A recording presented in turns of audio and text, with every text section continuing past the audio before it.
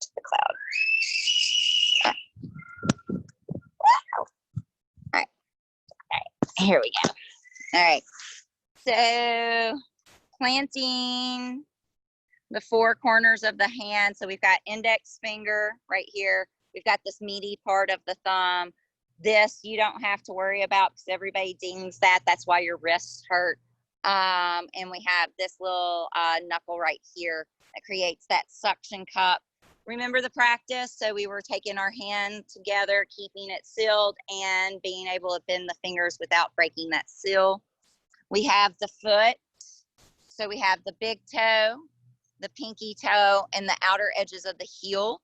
But I also like to talk about the front part of the talus bone. So if we get that planted, we are golden. All right. So, oh, and you did pretty good on the postures, guys, by the way. Yeah, remembering the postures for pretty well. All right, let's see. All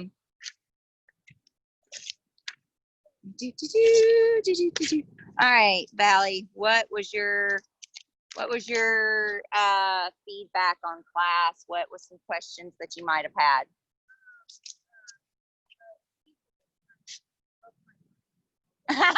Eagle broke my brain. Yeah, eagle breaks a lot of people.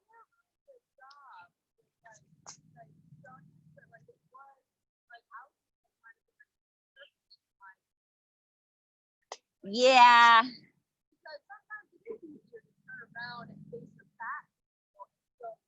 Right. Yeah, but they can't see eagle if you're turned around. It's that like you can show dancer from the back side. You can also show it from the side. That helps some too. Then you don't have to mirror image. So what you need to do, which by the way, guys, you got to learn. All right. So number one, that's the reason. If you notice, majority in my classes, I didn't really do it so much today, but a majority time in my classes, I will tell you to pick up the, the foot that's closest to the lake, the foot that's closest to the pavilion, because nobody knows their rights and lefts.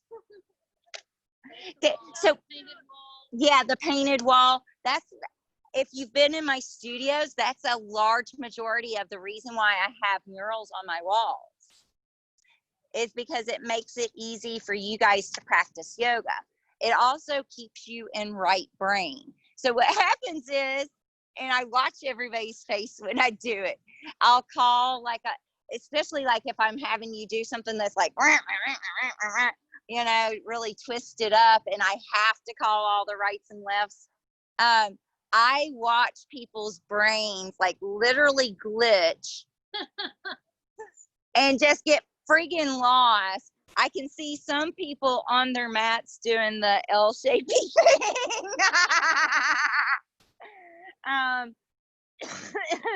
It's just, it's part of it. So more than anything on postures, one of the things you can do to teach it.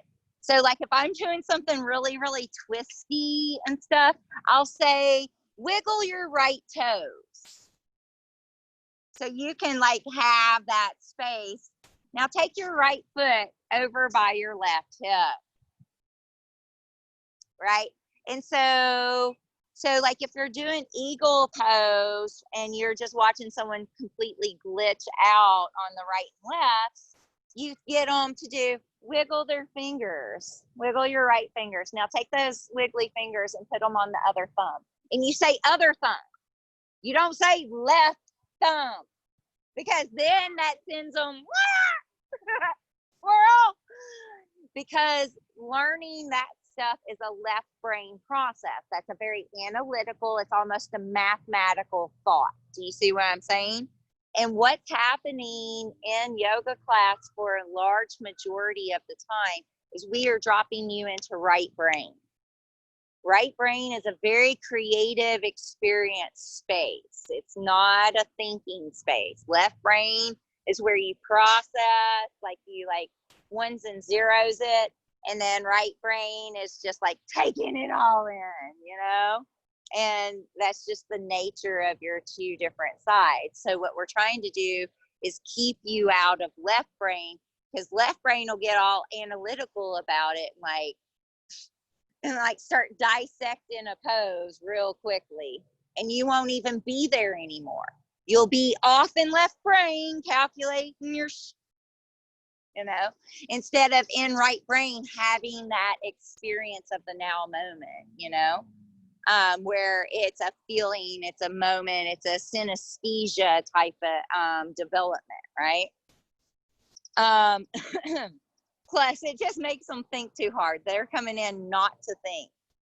They just, right? So the smallest amount that you can keep them trained here with you, but not like going down the rabbit hole of figuring something out, the better. And that's one of the reasons why it's really good for students to get into a class that is appropriate for them, is because if they're like really like, if you have someone that's new and they come into like one of my arm balance classes, they get really frustrated because it's so much information. They haven't even learned to stack things yet. They haven't even learned the, like, you know, right foot is where yet. All right. Mary Beth, what is your feedback or questions?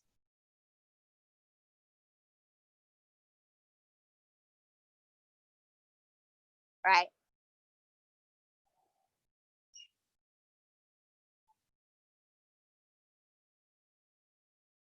Quiet. Yep. So that's one of my things. I talk a lot, but I try to keep it to like staying focused on what we're working on rather than getting too flowery in the language. But that's a personal experience. Like some people like super flowery language, and I've been to some yoga classes. They're blossoming all their stuff, and they're just, yeah. I'm just like, ugh, they shoot me in the face. Just like it's enough. I like just enough conversation to keep my left brain at bay, but not like just totally disgusted, you know. But some people like Anusura, that's a type of yoga practice, super flowery, and all of their talk, their whole talk is so poetic, and it's like a 80s rom-com or something. It's very annoying, but that's a personal opinion. Anusura. Anusura.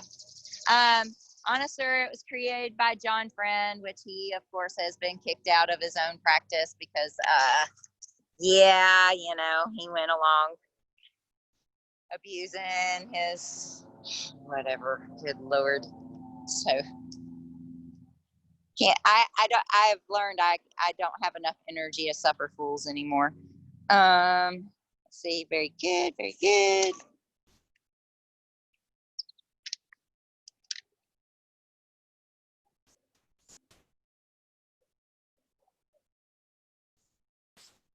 What's your feedback, Annie?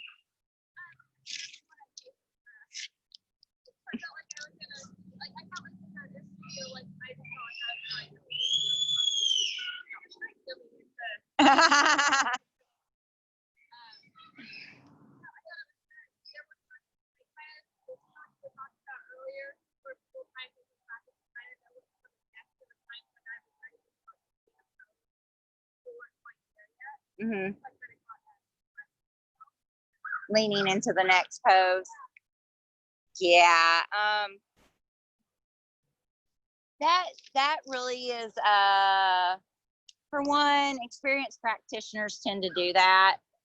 And whenever I see students doing that, I tend to throw something in that like I brake check you is what I do. So brake checking is like it's a term in mountain biking where someone's on your butt and you just kind of tap your brakes, because if their tire hits your tire, it flips them out, but you keep going. So it's called a break check because they will stop, right? And so what happens with students is that you'll be so much in practice that you're not even in practice. You're in like 15 practices that you've done before. You're not even in this class.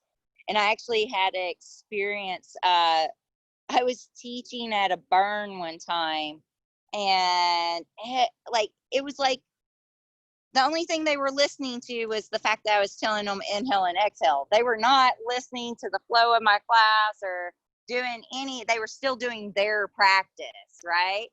And I put them all in child's pose. These are a bunch of grown women.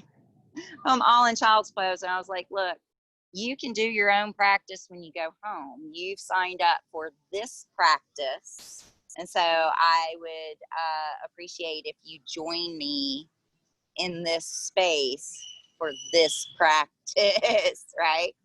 And so what it is that it's just another way of checking out when you do things like that, because you're not there.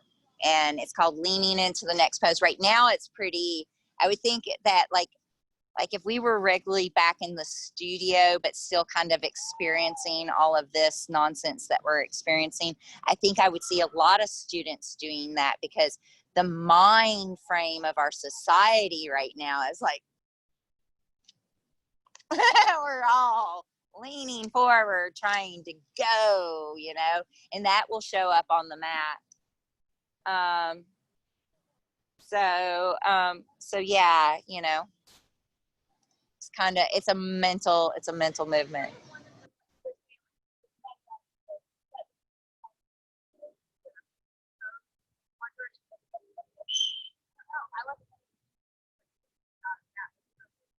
Okay.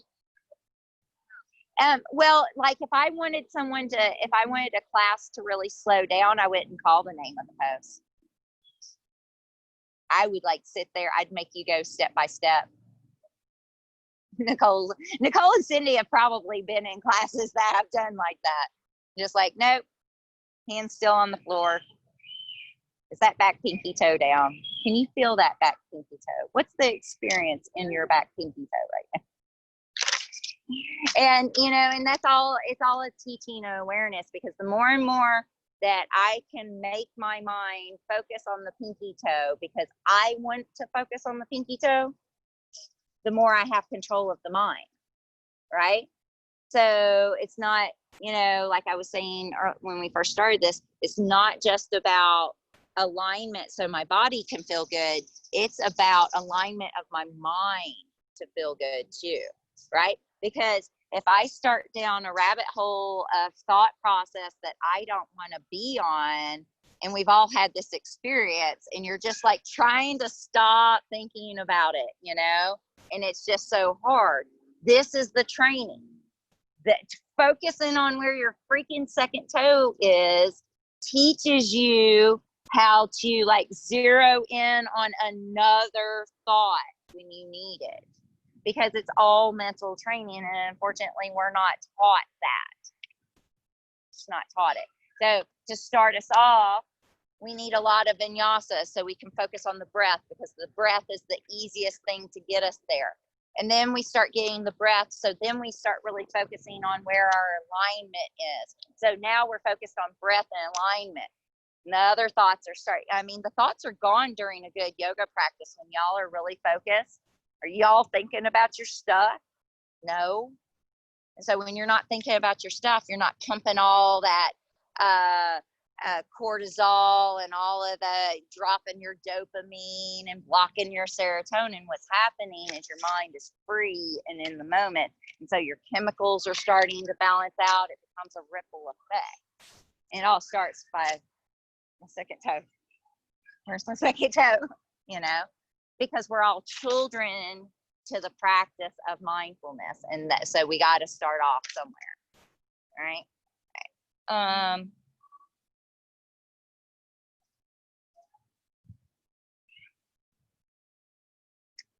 I'm interested if other classes are identical, like cues, like right.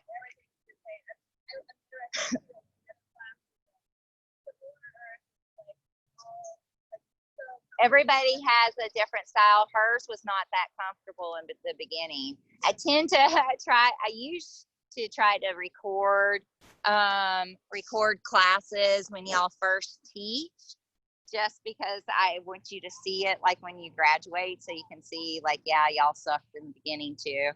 I did too, you know, I mean, and I still forget my sides. I still forget poses and stuff. I just don't care. So you don't care. Right. I mean, I'm like, well, whatever, put that leg down. I meant to call the other side. But if I get really worked up over it, I'm so sorry, guys. What, and then you're going to feel that energy. I treat you like toddlers that just whacked your head on the end table. Get up, laugh about it. Let's go. You know.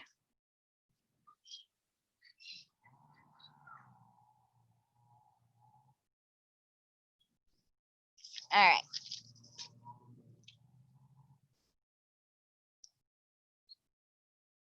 Amy, what was your feedback, dear?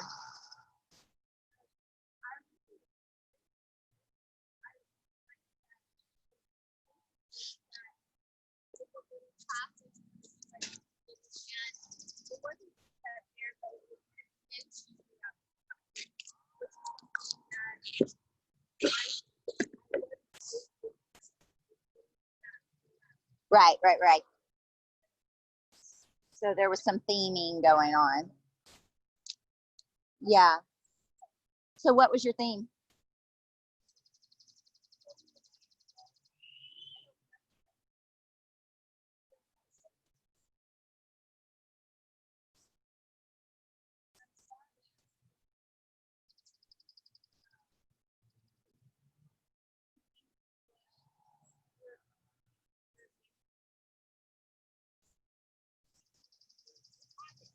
Your habit.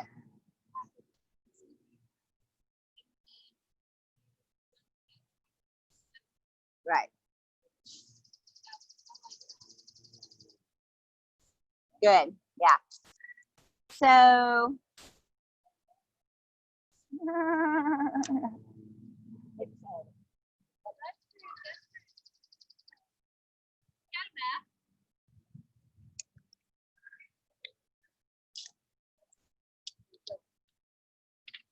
oh, good Lord.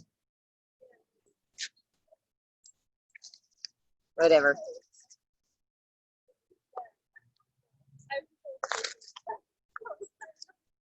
Got to walk down to the shore, go fishing, whatever. Yeah. All right. So,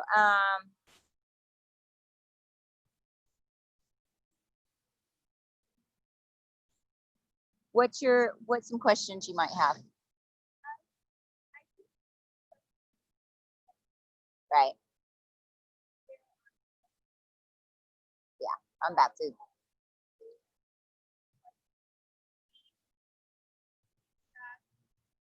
Yeah, that's actually what we're going over today, so that when you guys do break off rooms tomorrow, that's what you're just gonna be like, here's one. And we're gonna try to do some of that today too. All right. Yes. All right. And then this Mary, Cindy. Yeah. What's your shindig, Cindy? What did you get from class? What was your?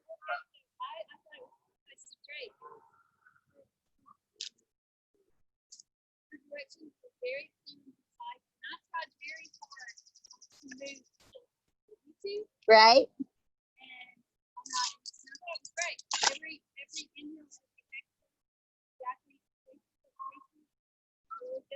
Good. Good. Did I read everybody's stuff? Yeah. Okay. All right. So let's talk about what some of the differences are in the standing postures and some safety things. You want to get some papers out just so that you can write this stuff down.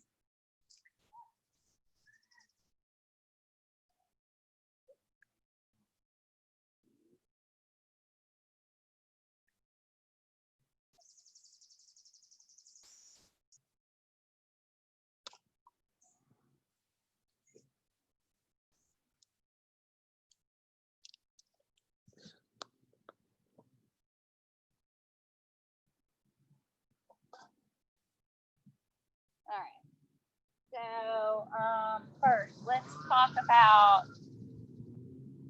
if you need to move that over, yeah. All right, so let's talk about the posture, the standing posture. So typically when I talk about standing postures, I'm talking about postures on 2 feet. If it's 1 foot, we refer to them as balance posture, right? However, things like triangle pose is a balance posture, you know, in some sense, right?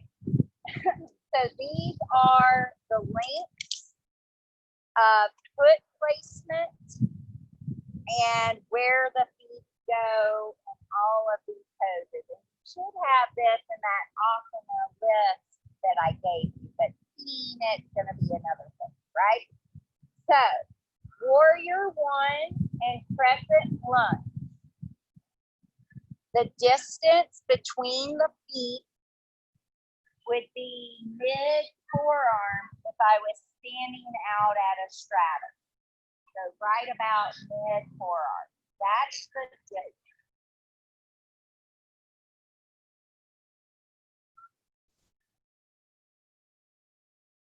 Mid forearms. Okay. Warrior 2 and extended triangle. So there's 2 triangles. There's a standard triangle and there's extended triangle. Okay. Extended triangle, you're probably gonna have, if your hand is down, it's gonna be like down by the calf kind of thing. Warrior 2, the distance is underneath wrist. So reverse warrior, side angle, warrior 2, extended triangle. Okay, they are all, if you were to stand as wide as your wrist and then pivot the feet into the posture, that's the distance between the feet. Okay. Lastly is standard triangle, Egyptian, revolving triangle, and let me say, because of the intensity of revolving triangle, we are saying it's about this length. Revolving triangle kind of moves between that warrior 1 crescent lunge distance and elbow distance, right? So standard triangle, Egyptian, Eastern stretch, pyramid, revolving triangle are all elbow distance in your feet. With the caveat that because of the intensity of revolving triangle, sometimes you have to adjust back a little bit more or forward a little more. It really comes down to like your length of your legs, the length of your spine, which this is something that you'll start to understand is that your own personal geometry will start to change just a little bit, but it's just like an inch or 2 adjustment on width and stuff of your feet, right? Meaning my legs are really short, but my torso is really long. If I was to take my arms out from fingertip to fingertip is my height. You know that, right? So wrist should be about the distance that I need for warrior 2. But because my legs are a little shorter than my torso, like I'm not like even, right? I might choose to shorten my stance an inch or so. But those are the general rules. Does that make sense? Yeah. Yeah. Thank you. Yes. All right. So let's do it. Let's do crescent lunge. Let's do it just from out to in and then back into out, like we're learning table service, right? All right. So we have Egyptian, pyramid, revolving triangle, standard triangle. That is elbow distance. You said another one started with an E that I never heard of. Eastern stretch. Eastern stretch. Okay. Eastern stretch. All have that distance. Okay. Mid forearm is crescent lunge and warrior 1. and then underneath, and then underneath wrists is extended triangle, warrior two, reverse warrior side angle. The reason being, which is what gets us to where our feet are. So in crescent lunge and warrior one, your feet are mountain pose, standard hip distance apart. 4 inches about, you're good.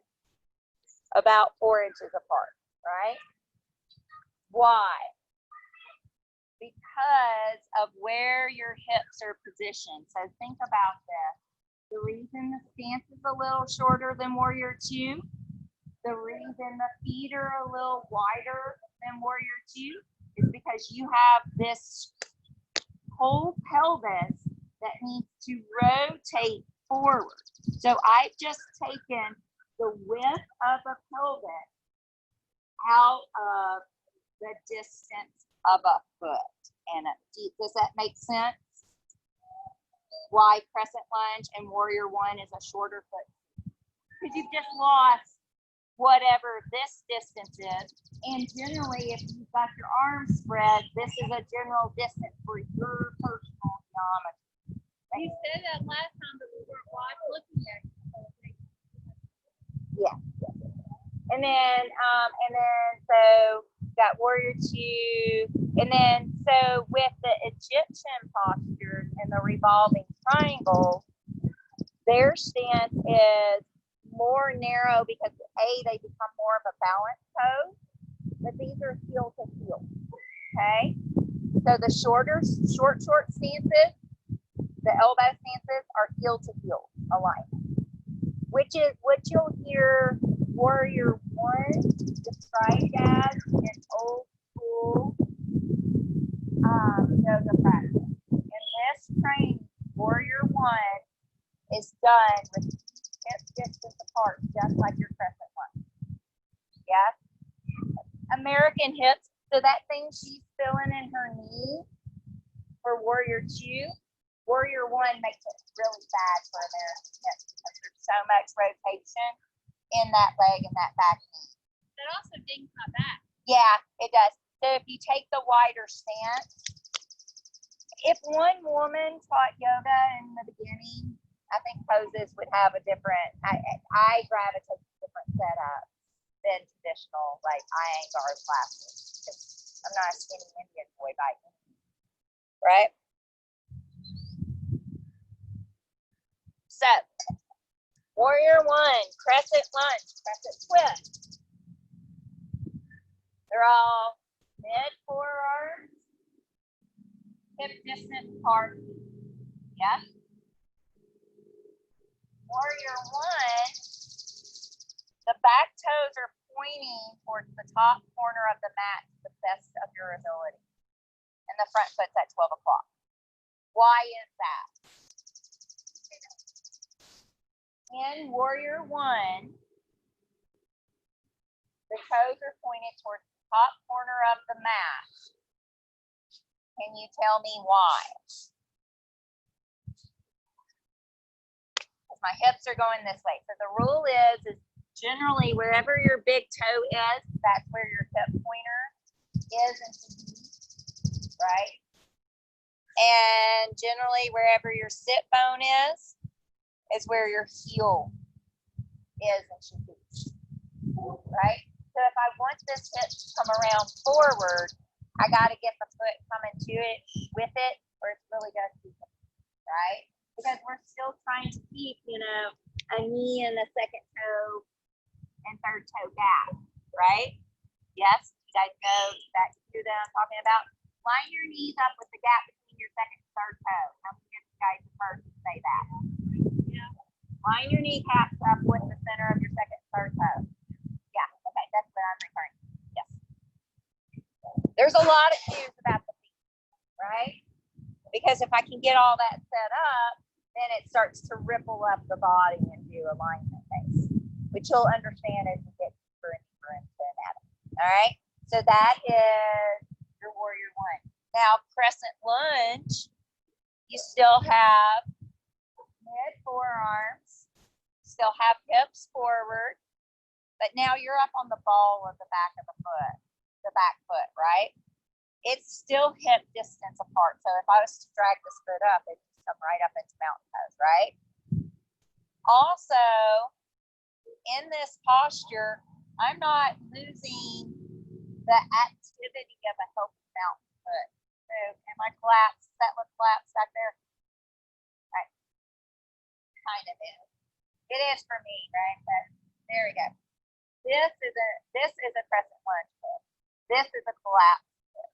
This is focusing on all four of those points and that active heel.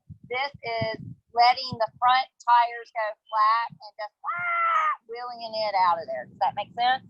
Yes? Yeah. A lot of people do that. A lot of people do that. So that's what I'm talking about for tires or activity in the foot.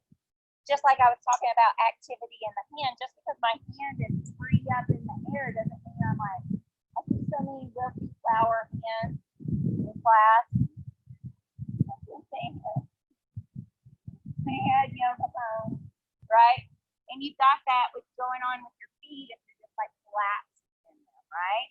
And so even if the foot is in the sky, it's still alive, right? As a matter of fact, that's the reason it's in the sky, so you can friggin' work that arch and stabilize the ankle. So when you're walking through your world, your arch and then ankles are all stabilized, right? Oh yeah. And another thing that starts to happen is you start to like ding the hip flexor.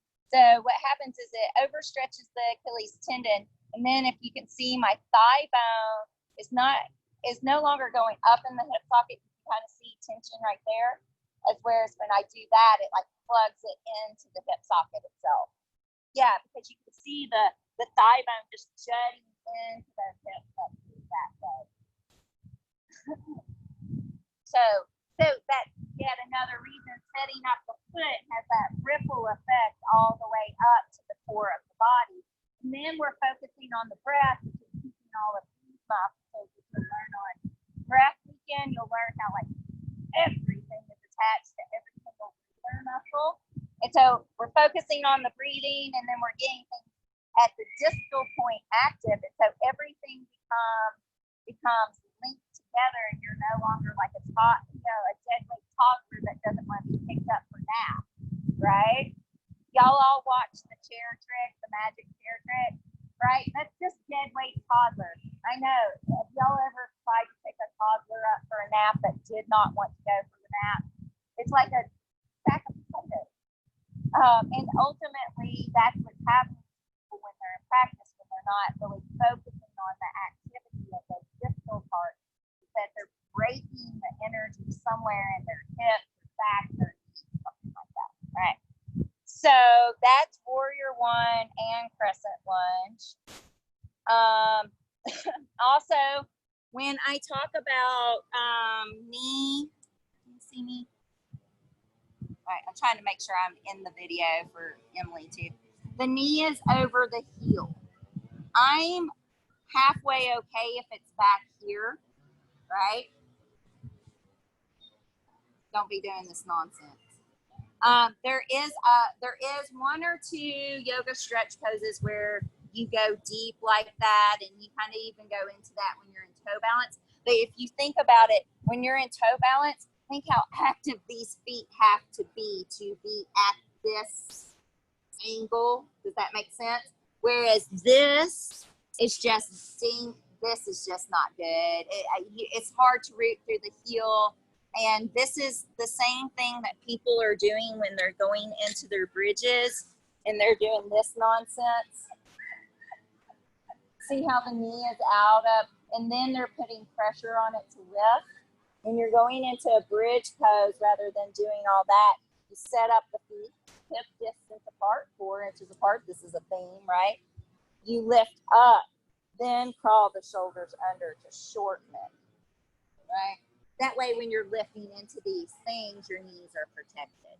So knees are always over heels. The knees are strongest when they are straight or at a 90 degree.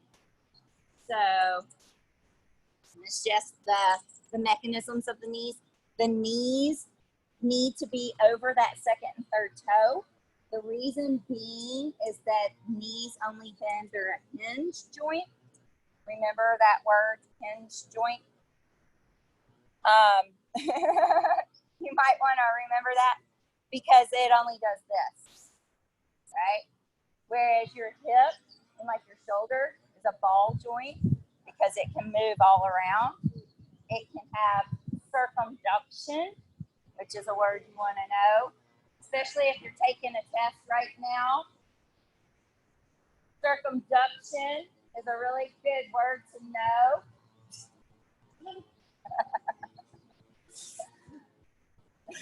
As opposed to rotation.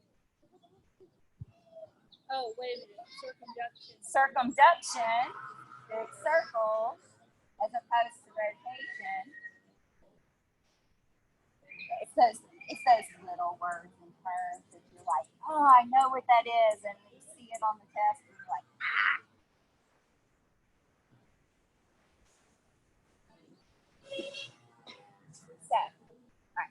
So, all right. So we did the crescent. Warrior 2. All right. So with Warrior 2, it's a heel to arch alignment.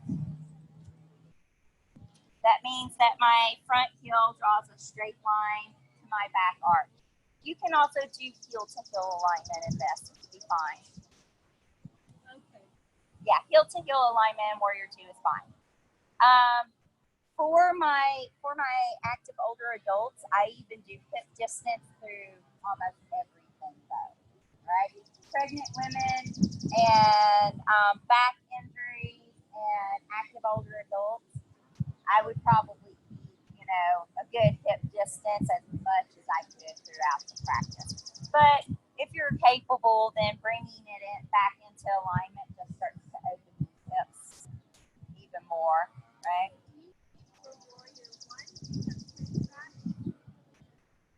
Warrior 1's train tracks. Warrior 2 is heel to arch alignment. So yeah. So say if I was coming from Warrior 1, which is train tracks, everybody's in their own lane, and then I shifted to Warrior 2, you would literally shift that front foot over and then turn those back toes out. Why? Because this hip is open. So guess what?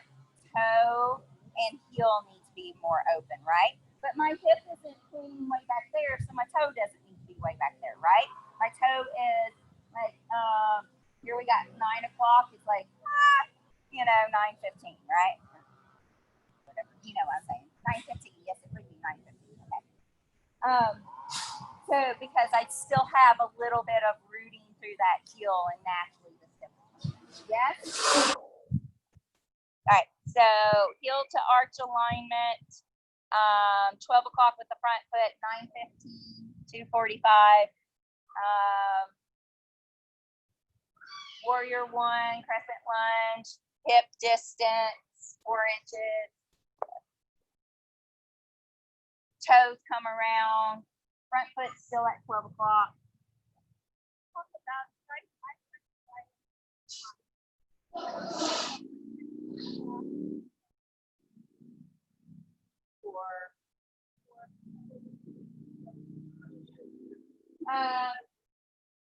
so if I gave you clock, 12 o'clock crescent lunge, 10:30 Warrior 1, 9:15 Warrior 2.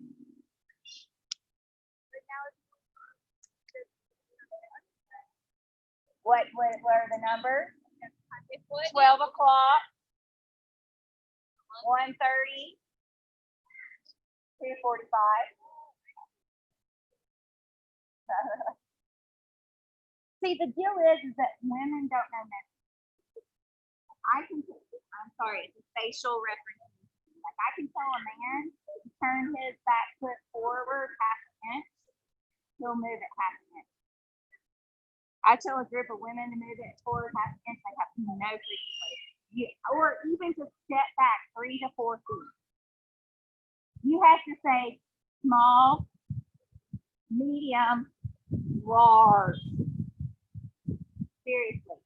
And so when you're talking to women, I do walk, analog walk, and then I'll say your back toes point towards the top corner of the mat. Second and third toe are straight down for crescent running. Short toe.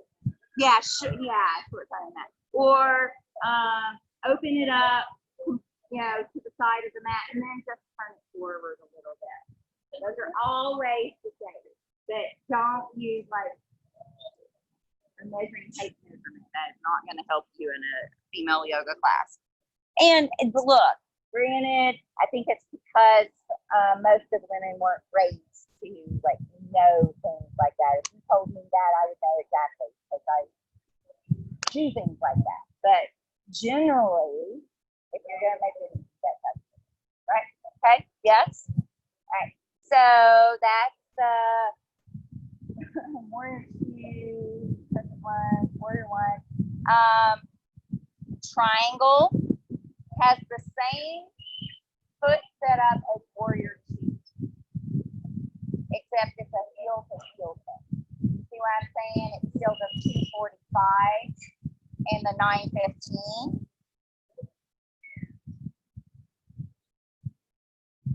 Yes. The back foot is still a 245 or a 915. The only difference in a triangle pose, extended triangle is the exact same length as a warrior 2. A standard triangle is the shorter one. So like in a standard triangle, this is what that looks like, or even here. My mat is right now.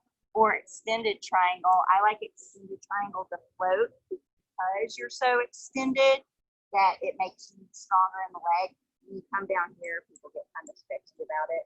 Yeah. Because the legs are extended. Because your legs are longer. Yeah, no, because you still move into it just from the hip socket. You still move into like standard triangle. So standard triangle, you're not as like, a ballerina about it because you have a shorter distance to go, but you're still creating the same movement. I like it. So the difference is that extended triangle comes from Iyengar and more of a Vinyasa practice. Standard triangle comes from Ashtanga. I personally teach standard triangle in my teachings and in my practice because I like it. It's a strong posture, way stronger than that extended triangle. And what happens to women a whole lot is y'all lock out that front knee in triangle, and then you really do it in triangle. Really do it in extended triangle. And so I like to see women practice integrity. We release a hormone every month, but just like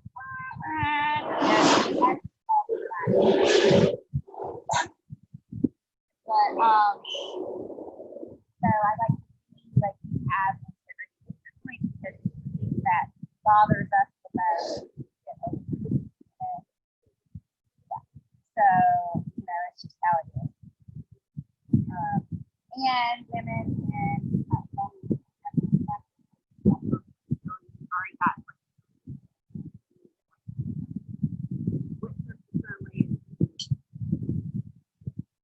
seriously, like why?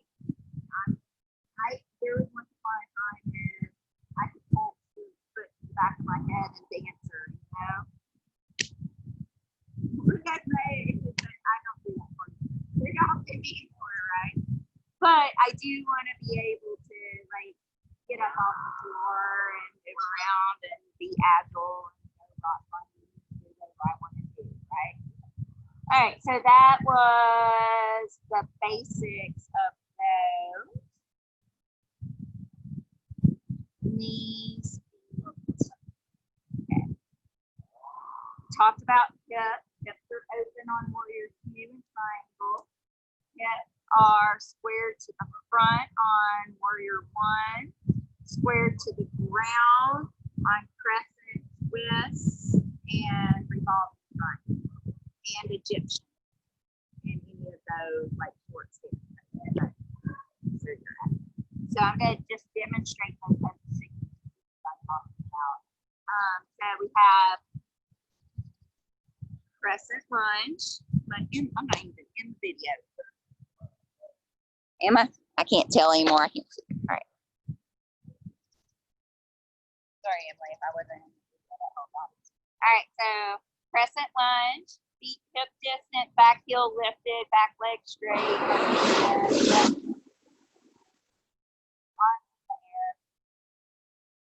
Warrior one, feet hip distance, front foot 12 o'clock back, toes pointing to the top corner of the mat, hips forward, front knee bent, arms extended up along the head.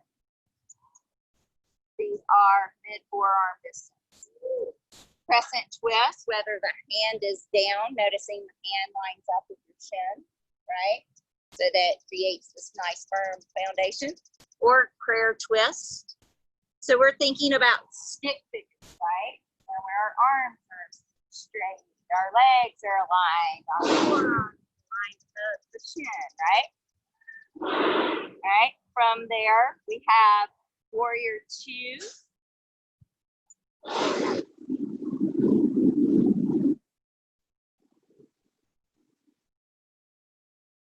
Side angle, you can have the forearm or the arm over the head.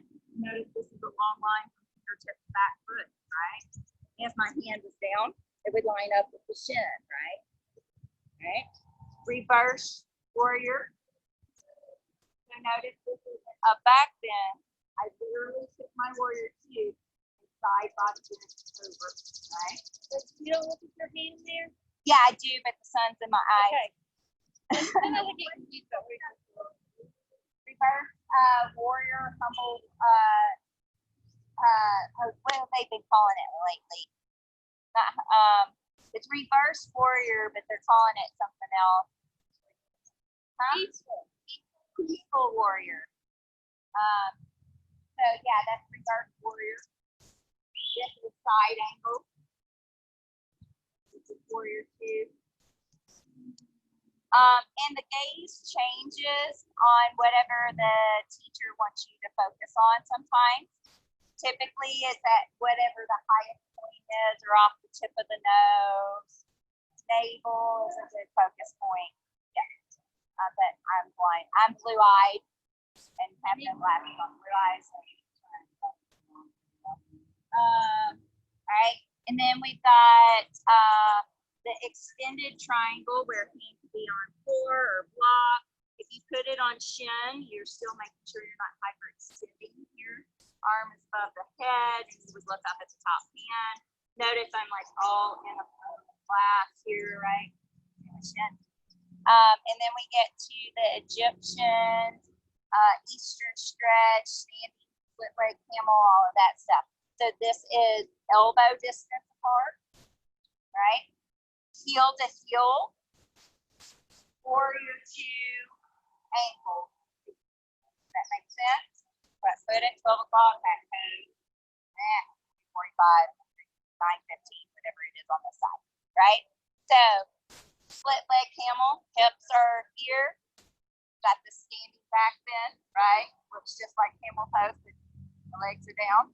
We have Egyptian or pyramid pose. Look like you're on one of those little hieroglyphs, right? Right? We have Eastern stretch.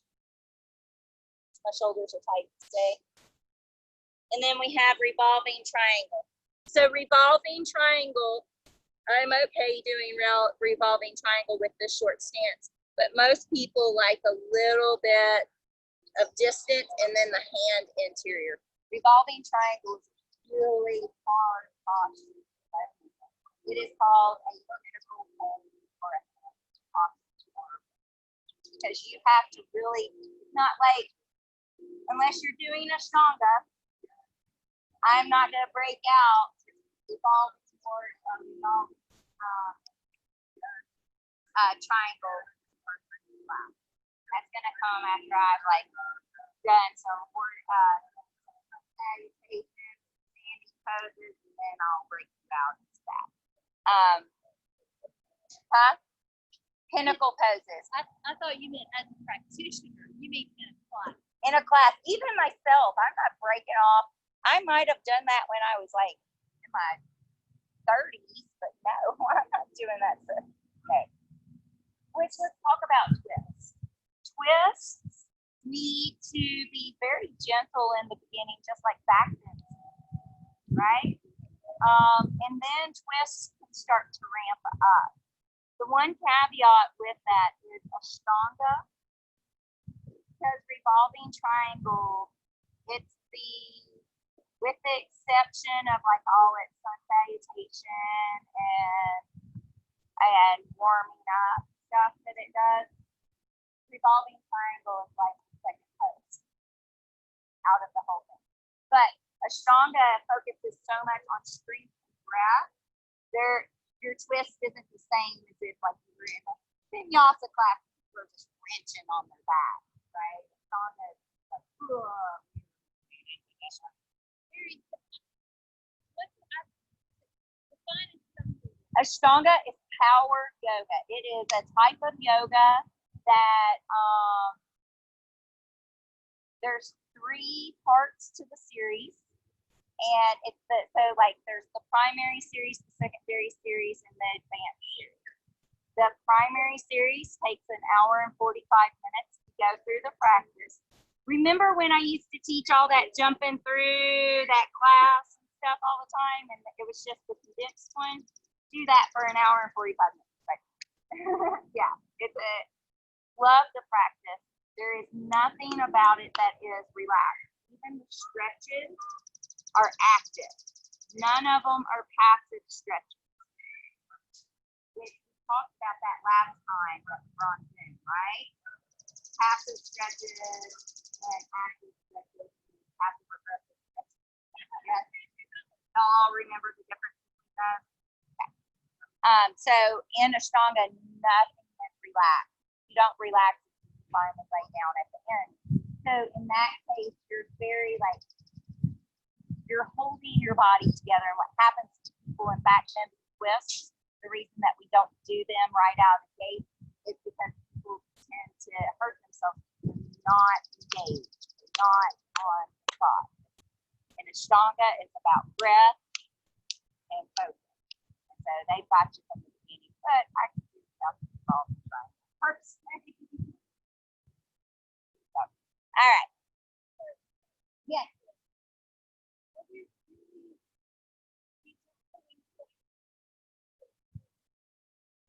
Yes. Have you ever felt after doing this?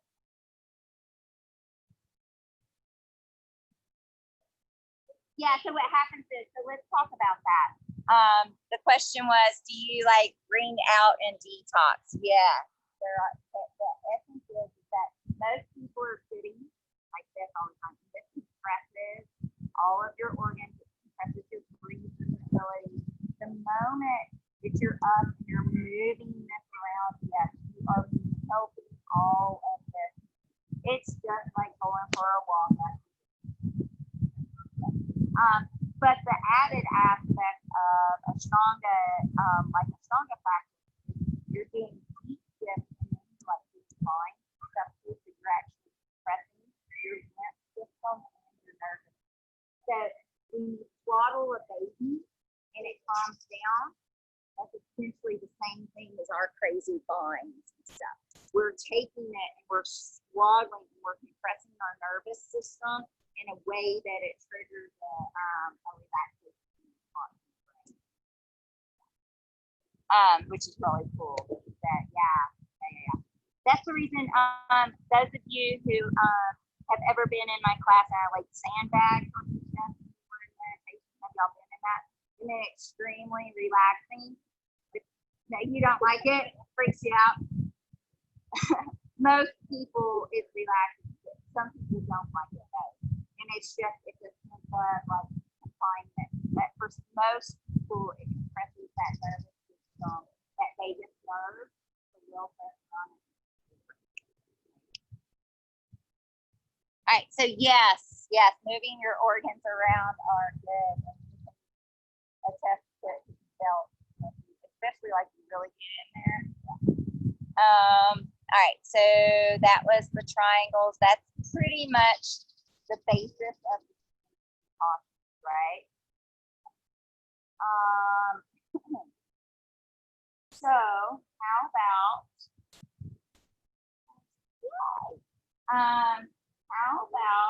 you guys pair up, find someone 8 foot apart, and you guys are going to teach each other how to do warrior 1 and warrior 2. Start off. You've done it enough to tell. Imagine you're just talking to another 2-year-old. And just tell them, standing at the top of the mat, step back, how far, open arms, how much, turn body what way, and do both sides.